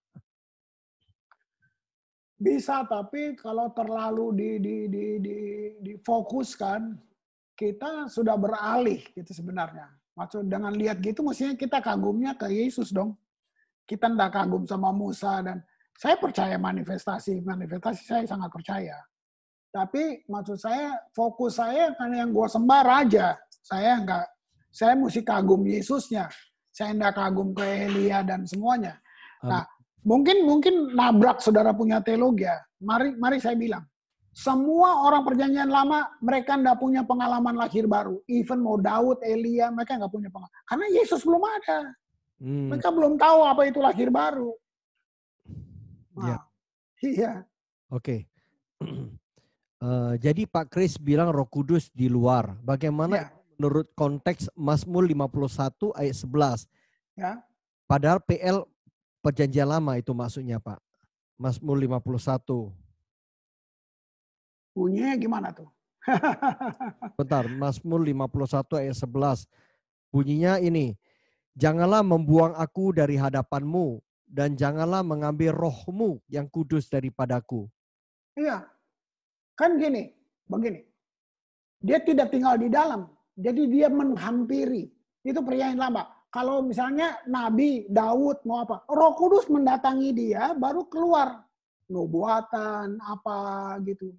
Itu yang dia bilang. Jangan ambil lagi dong Tuhan gitu. Itu. Jadi kalau kita sekarang dia bukan datang dan pergi, dia diam di sini. Kudus ya bentuknya. Iya, itu gitu. Makanya saya bilang secara realitas dia tidak di dalam manusia. Dia di luar, dia menghampiri, baru nabinya bernubuat, dia datang kasih ilham, dia datang kasih wah itu aja udah kayak sakti banget gitu. Nah. Iya. Jadi perjanjian lama tidak ada roh Tuhan yang menetap di sesuatu. Iya, menetap itu kata benar itu ya. Oke. Tinggal. Yang baru Tuhan Yesus yang mengutus Roh Kudus. Yes. Ya, akan berada di dalam kita. Oke, ini pertanyaan satu lagi. Kita sering terjebak dengan perasaan tentang hadirat Tuhan. Ibadah yang liturgis. Bagaimana caranya menikmati hadirat Tuhan dengan konsep liturgis yang sudah terkonsep, Pak? Terima kasih. Itu yang semuanya kalau rahasianya, kalau kamu lahir baru, kamu bisa menikmati. Tapi kalau kamu udah lahir baru, nah saya kembali ke perkataan tadi itu. Kenapa kamu masih pegang yang Tuhan sudah tolak gitu. Jadi gereja masih pegang liturgis, metodologi dan semuanya gitu. Tapi kalau itu ada pembaharuan roh, orang-orang lahir baru, saya pikir, waduh, kita akan otomatis ngerti mesti bagaimana gitu. Kita suka mempertahankan satu metode gitu, padahal sudah, aduh, gitu. Kayak doa, ya, gitu. Coba lihat. Saya tadi bilang ini, nenek moyang teologia itu Christ in me, the hope of glory. Kristus di dalam aku, pengharapan akan kemuliaan. Nah, kamu lihat nih, pendoa, dengan adanya gerakan pendoa, setan jadi penting. Jadi, wah, kamu lihat, oh saya ngalamin. Jadi pendoa datang, kasih tahu, Pak, tadi saya doain Bapak, setan mau nyerang Bapak, katanya gitu. Nah, lu bayangin kalau gue percaya. Dia tidur, gue belum tidur, masih nunggu, setan mau nyerang. Nah, itu, kamu lihat gak tuh peperangannya kayak gitu. Nah, padahal di dalam gue ada yang paling berkuasa, Roh Kudus, Yesus yang mati, darahnya sudah itu. Jadi ini waktu kamu bertobat, spirit kamu sempurna. Nah, nggak bisa dirubah lagi. Itu mahal harganya. Yang tidak automatically, jiwa dan tubuh kamu. Itu tidak otomatis. Nah, waktu remote controlnya kamu kasih ke jiwa, di situ kamu goyang. Gitu. Nah, jiwa yang kendaliin kamu, gitu. Nah, ini yang saya bilang. Sering pendoa bilang gini, Pak, lihat nih Pak, langit Surabaya tuh warnanya kuning tuh. Dia bilang gitu. Gue bilang, hah? Mana? Oh, Bapak sih salah, lihatnya pakai mata biasa. Nah, jadi sering saya dengar yang gitu. Bapak lihat, makanya doa orang Surabaya nggak naik, Pak, nggak masuk ke Tuhan. Karena ditutup sama roh-roh jahat di udara. Nah, coba kamu lihat tuh, kedengarannya rohani kan. Padahal, Christ in me. Tadi gue bilang, gue nggak doa ke langit. Gue doa ke sini, gue ngobrolnya di hati. Mau tuh langit warna merah, biru, kuning, kelabu, terserah lo. Nah, gitu. Coba. Semua di konsep teologi kamu. Gitu. Kira-kira gitu. Oke, Pak. Lanjut, Pak. Shalom, Pak Kris. Kata penyembahan pertama kali saat Abraham diminta mempersembahkan Ishak. Yes. Apakah dalam penyembahan kepada Tuhan harus sampai merobek keinginan daging? Nah. Salah pengertiannya nggak begitu. Ya keinginan daging tuh memang nggak bagus, betul. Tapi Abraham mempersembahkan Ishak itu bukan tentang daging, saudara. Daging itu, tapi Abraham mempersembahkan Ishak itu namanya apa? Perjanjian. Ya, perjanjian. Nah, itu covenant. Itu yang mesti ditekankan. Bukan soal daging. Daging memang nggak ada yang bagus. Jadi penyembahan itu bukan perayaan aja hura-hura. Penyembahan yang benar itu ada perjanjian. Nah, baru di sini ya perjanjian dengan Tuhan apa? Ya lu kalau hidup dalam kedagingan ya lu salah. Gitu. Jadi makanya tim mesti dibangun, dibuka pengertiannya. Tadi worship with understanding. Nah, itu. Jadi seluruh jemaat tuh kalau nggak dibuka pengertiannya dia cari bentuk. Oh, itu bentuk menyesatkan. Sebab nanti kalau kamu nggak kayak gitu, kamu rasa belum penyembahan. Itu. Coba lu lagi sakit, nggak bisa nyanyi. Terus itu nggak menyembah. Orang boleh nggak dengar lu nyanyi. Tuhan dengar lu nyanyi dalam rintihan lo. Nah, itu dia. Karena penyembahan tuh iman terlibat. Bayangin. Keren banget. Jadi bukan bahwa daging udah pasti nggak laku gitu. Tapi yang Abraham buat itu namanya covenant, disebut Abrahamic covenant. Wah, itu nggak main-main tuh. Itu perjanjian itu, waduh, perjanjian tuh nggak bisa batal. Nah, kalau orang semua buat gitu, semua punya pengertian, wow, dalam ibadah penyembahan kita. Sekarang gini, kamu rindu pengen ngalamin surga. Lu tahu nggak surganya lebih rindu lagi mau termanifestasi di bumi ini? Gitu. Oke, Pak, ini saya kira harus terakhir ya. Ya. Malam ya, Ambon ini. Ah. Ya, ini Pak, anak rohani saya punya pengalaman waktu nyembah Tuhan di sepeda motor. Ini di sepeda motor. Waktu itu lagunya Bless the Lord. Dan penglihatan sekilas bahwa Tuhan suruh malaikat sejenak diam, ya kata. Karena anaknya sedang nyembah. Ini konfirmasi banget dari apa yang Bapak ceritakan tadi. Ya. Setuju. Tapi kalau sepeda motor apa penglihatan tabrak, Pak? Enggak. Kan dia nggak tutup mata. Kan dia nggak tutup mata kan? Iya. Iya. Wow. Oke. Saya rindu tuh bisa kayak gitu. Tolong jabarkan sesimpel mungkin. Nah, bagaimana untuk bisa masuk ke surga itu? Waduh, ini Jami ini, keren ini.